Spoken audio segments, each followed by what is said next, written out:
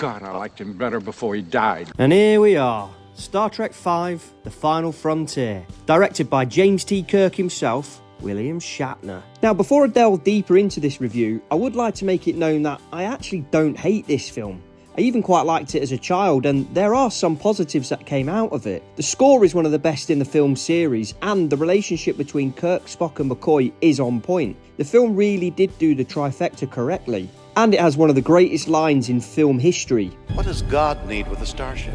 Now that, my friends, is poetry. It is just a shame that this film had so many problems, with so much going against it. It is a real low point in the TOS movie series, with producer Harve Bennett stating that the film nearly killed the entire franchise. Oh, we're off to a great start here, aren't we? Harve Bennett was reluctant to return to produce and help write this film, as he felt burnt out from working on the 3 previous movies. His relationship with Leonard Nimoy had also suffered as a result, but Shatner did convince him to return. I bet Bennett wish he hadn't even bothered. I'm pretty sure that the majority of people watching this review have probably seen the film, but if you haven't, you can give this one a miss because it adds very little to the Star Trek universe as a whole, and the events are all but forgotten by the next film. Further to my previous review, Star Trek IV was released in November of 1986 and proved to be a success for Paramount. It tied up the story threads and arcs from the previous 2 films, The Wrath of Khan and The Search for Spock, and ended with a return to the status quo, complete with a new Starship Enterprise. This meant that the 5th film would be free of any potential shackles of unfinished or unresolved story threads,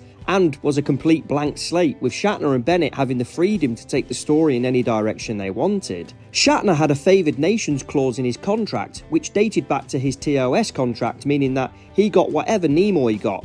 If Nimoy got a pay rise, so did Shatner, and vice versa. As Nimoy directed the previous 2 films, Shatner had the option to direct the next instalment. When coming up with a premise for this film, he was inspired by the rising popularity of televangelists, which Shatner described as repulsive and strangely horrifying. This was the main inspiration for the character of Sybok, an emotional renegade Vulcan who uses a form of brainwashing to establish followers to his cause. The film would centre around finding God. Literally, God. You know, the actual God, who actually wasn't God and was just an alien more akin to the devil that looked like the Cowardly Lion from The Wizard of Oz. God was played by George Murdoch, who went on to play Admiral P.J. Hansen in Star Trek The Next Generation Best of Both Worlds. So he was in one of the worst Star Trek films and one of the best Star Trek episodes. Gene Roddenberry wasn't pleased with the film's main plot, with the characters going in search for God, a god as portrayed by Western religion. However, it was said that this dislike for the film's plot was due to his own script, with a similar story being rejected by Paramount prior to the motion picture. Roddenberry felt that his ideas for the God Thing script were being reused here. The film's plot is also similar in concept to the TOS Season 3 episode, The Way to Eden.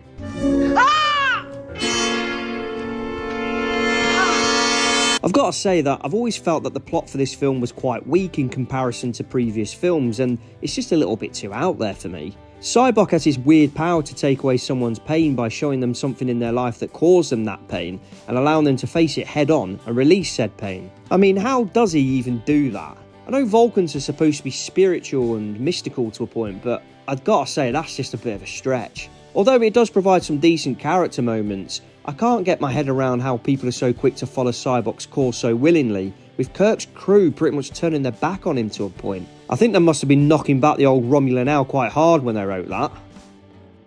But that is just one of the issues that this movie had, and there are a fair few factors that contributed to the low quality of the finished film. The first of which was the Writers Guild of America strike in 1988. Writer David Lowery was brought in to firm up the film's script, but stopped work during the strike, which of course caused a delay with pre-production. Leonard Nimoy then began work on another film, further delaying the film's production. So Shatner had started to make revisions to the script during this downtime, only for Lowery to make further revisions when the strike had ended, which Shatner was not best pleased about. On top of this, more revisions were needed to satisfy both Nimoy's and DeForest Kelley's input. Lowery wanted to reduce the God element and have the planet Shakari more of a mystical paradise to be found. But this wasn't what Shatner wanted as part of his concept, and made further adjustments by making Shakari a mystical planet where God was located, at the centre of the galaxy. Nimoy and Kelley both had objected to their characters betraying Kirk via Sybok's brainwashing in an earlier version of the script. And in all honesty, this is something that I agree with. As it's portrayed in the finished film, this shows the strength of the trifecta and the strong bond between the three characters, and it probably would have undermined story threads from previous films. The bond between these three characters just can't be broken. But if this wasn't bad enough, the script wasn't the only issue, as there was another strike at the time. This time it was with the Hollywood truck drivers, or Teamsters. The film was locked into cinemas for summer of 1989, so there was a set deadline, and producers had to find ways of getting out to film on location at Yosemite National Park, and opted to use non-union drivers, who had to make their way to locations at night with a police escort, as one of the camera trucks had exploded in the Paramount parking lot. This film really wasn't off to the best of starts, and it only got worse. It's almost as if it was cursed or something. Industrial Light and Magic had delivered the special effects for the previous 3 movies, but were unable to commit to this film as all of their top men were busy working on Ghostbusters 2 and Indiana Jones and the Last Crusade. So producer Ralph Winter had to look elsewhere, with a tight budget and tight timescales. The effects company, Associates and Ferren, were brought in, but I think it's fair to say that what they were able to deliver just simply wasn't up to the high standards set by Douglas Trumbull and ILM. Part of this reason was because they only had 3 months to complete the visual effects in, which does look very much rushed in the finished film. There was a bit more budget to play with than there was allocated to The Voyage Home, but the vision from Shatner just wasn't feasible for what they could produce in such a small time frame. A lot of planned effects work was cancelled in favour of cheaper and quicker alternatives, and some work that had been produced was simply cut out. One example is of the film's climax on the planet Shakari.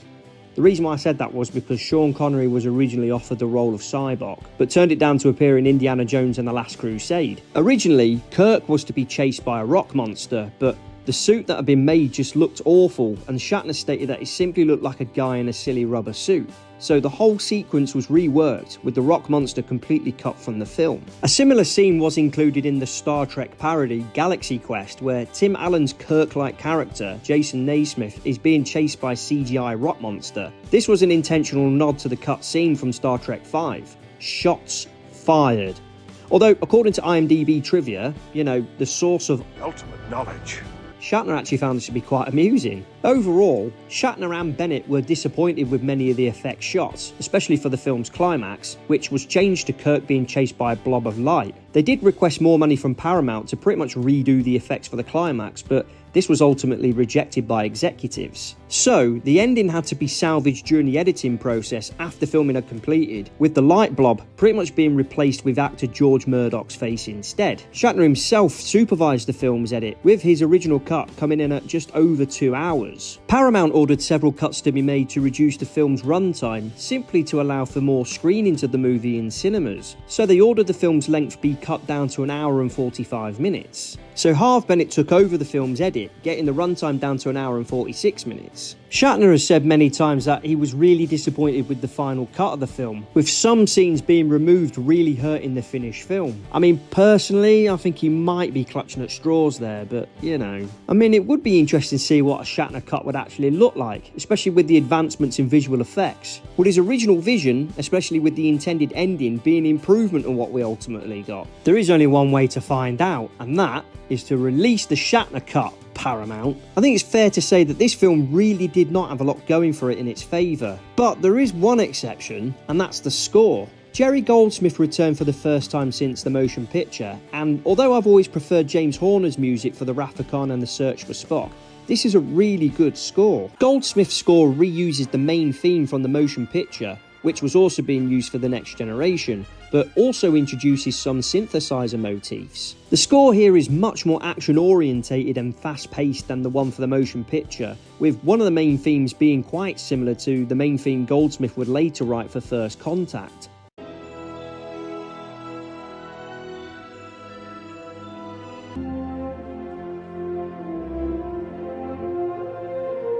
Both pieces of music are absolutely fantastic, but unfortunately, the musical score on its own just isn't enough to elevate this film. All in all, this is really not a good entry into the Star Trek movie series, and there's just far too much in this that just baffles me. God damn irresponsible. Playing games with life. How friggin' big does Shatner think the Enterprise is? And how does Kirk know he'll die alone? Spoilers, he doesn't. Oh my. Oh my. And Cybot, right, is Spock's half-brother. but this is never mentioned at any point before this film. Although I can kind of look past this because it's not as stupid as Michael Burnham being Spock's adopted sister and we never knew about it because they're not allowed to talk about the discovery after she disappears in the wormhole. Now, that is stupid, but Cybok being Spock's half-brother does make things feel a little bit too small in the universe, and it is a little bit of a coincidence, wouldn't you say? Or am I just nitpicking again? Why weren't the Romulans being sent to Nimbus 3 to rescue their ambassador? Did they just not care? Nah, bollocks to her, she's on her own. Right, so Kirk says that he lost a brother once, and he was lucky to get him back. Obviously, he's referring to Spock here, but Kirk did lose a brother, Sam Kirk, in the original series episode Operation Annihilate, also played by William Shatner. Did he just forget this? Now here's one that always gets me. Why does Starfleet send the Enterprise on a mission to save hostages on Nimbus 3 when she is in complete disarray? And they know that the Klingons and maybe the Romulans are going to be there as well. Wouldn't she be in dry dock being repaired? And I find it baffling that Starfleet would even send her out in that current state. There isn't even a full crew on board, just the minimum complement. I know that Harve Bennett's Admiral says that he needs Jim Kirk, which for me is just Shatner's ego being inserted into the script here, but come on, that is just a bit of a stretch. And then later in the film, these technical issues just pretty much get forgotten about, with the exception of the transporter. I know why they did this was so that they couldn't just simply beam in, grab the hostages and then beam them back up to the Enterprise and then sod off, because they needed a way for Kirk's crew to be overrun and Cybok to take over the Enterprise. Plus Shatner wanted to have some scenes on horseback, but it's just not well written here, and I'm convinced that they could have come up with better ways to do this. I think it's just a bit silly. And here's the big head scratcher. How does the Enterprise get to the centre of the galaxy so quickly? I mean, it was going to take Voyager over 75 years to get from the other side of the galaxy back to Earth, so surely the centre of the galaxy would be around about 37 years one journey. I mean, you could argue that they used wormholes to reduce the journey time, but that was never mentioned in the film, and you just see the Enterprise moving through warp really badly, I might add. And on top of this, they say that no ship can break through the Great Barrier at the centre of the galaxy, and no probe has ever returned. But I've had bumpier drives up and down the M1 than what they experienced in the Great Barrier. The Enterprise and the Klingon bird of prey seem to just get through with no problems. Anyway, at the centre of our galaxy is a supermassive black hole called Sagittarius A, which has around 4 million times the mass of our sun, so yeah. But let me hit you with some knowledge. I know I keep saying it, but this film is just baffling. And it's not just a far-out concept, but it's the decisions that Shatner, Bennett and Lowry made in the script. I'm not even sure that there's a clear message here. Maybe beware of false idols? Or have I just missed the point entirely? Anyway, there is a lot wrong with this film, but I'm not overly convinced that a Shatner cut would improve on this, even if we got to see an extended climax to the film with new visual effects. But despite all of this, believe it or not, I actually don't hate this film. There are things in it that are actually pretty good, like some funny lines and moments, most notably from McCoy and Scotty. Damn light out of my face! Let's see what he's got, said the captain. And then we found out, didn't we? And there are some good character moments, especially when Spock and McCoy are being made to confront their pain by Cybok. Kirk refuses to confront his pain, stating that he needs that as that's part of him. This is quite an interesting take because Cybok is almost taking away something that helps build someone's character, something that they used to build upon and make them who they are. To Kirk, having his pain taken away would be like losing an important part of himself. This scene adds more layers to the characters, and it is really well acted as well, to be fair. Both Sean and myself ranked Star Trek V at 11th out of 13 of all the Star Trek films. I believe that this is the lowest point of the Star Trek TOS movie series, and it simply just doesn't compare to the previous 3 or even 4 films. I personally don't think it's as strong as the motion picture, as that film did actually make a lot more money at the box office. And yeah, I do agree that just because a film makes money doesn't automatically make it a good film, but I do think the motion picture is an overall better film than Star Trek V. It is all subjective, and although I do think that Star Trek V is a pretty poor film overall,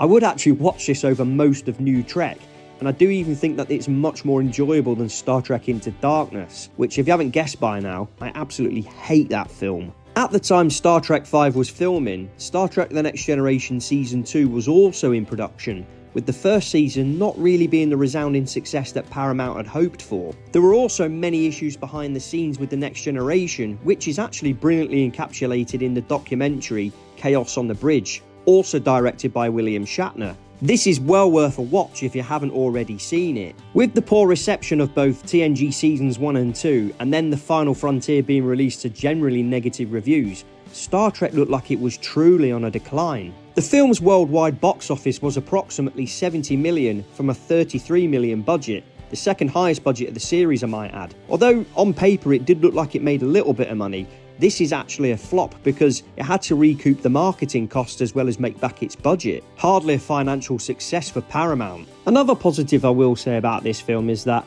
I actually do think it's quite well directed by Shatner overall. George Takei was reluctant to reprise his role as Sulu because he simply didn't want to be directed by Shatner. However, he was convinced to return and then stated that he found Shatner to be surprisingly pleasant and professional. But the story is weak, with a really silly plot full of plot holes and just odd decisions being made, with the special effects being really poor in comparison to previous films. As I mentioned at the top of the review, Harve Bennett stated that this film nearly killed the franchise, but thankfully, it would get better. Star Trek The Next Generation would hugely improve by its third season, gaining popularity and becoming one of the greatest TV shows of all time in my opinion. And then, a certain Mr. Nicholas Meyer would return for the original series crew's final outing. But we'll get to that next time. If you've liked what you've seen, we would really appreciate it if you can like and share the video, and subscribe to the channel if you haven't already done so. Many thanks for watching. I've been Colm from the Critical Cinema Club, and I'll see you next time.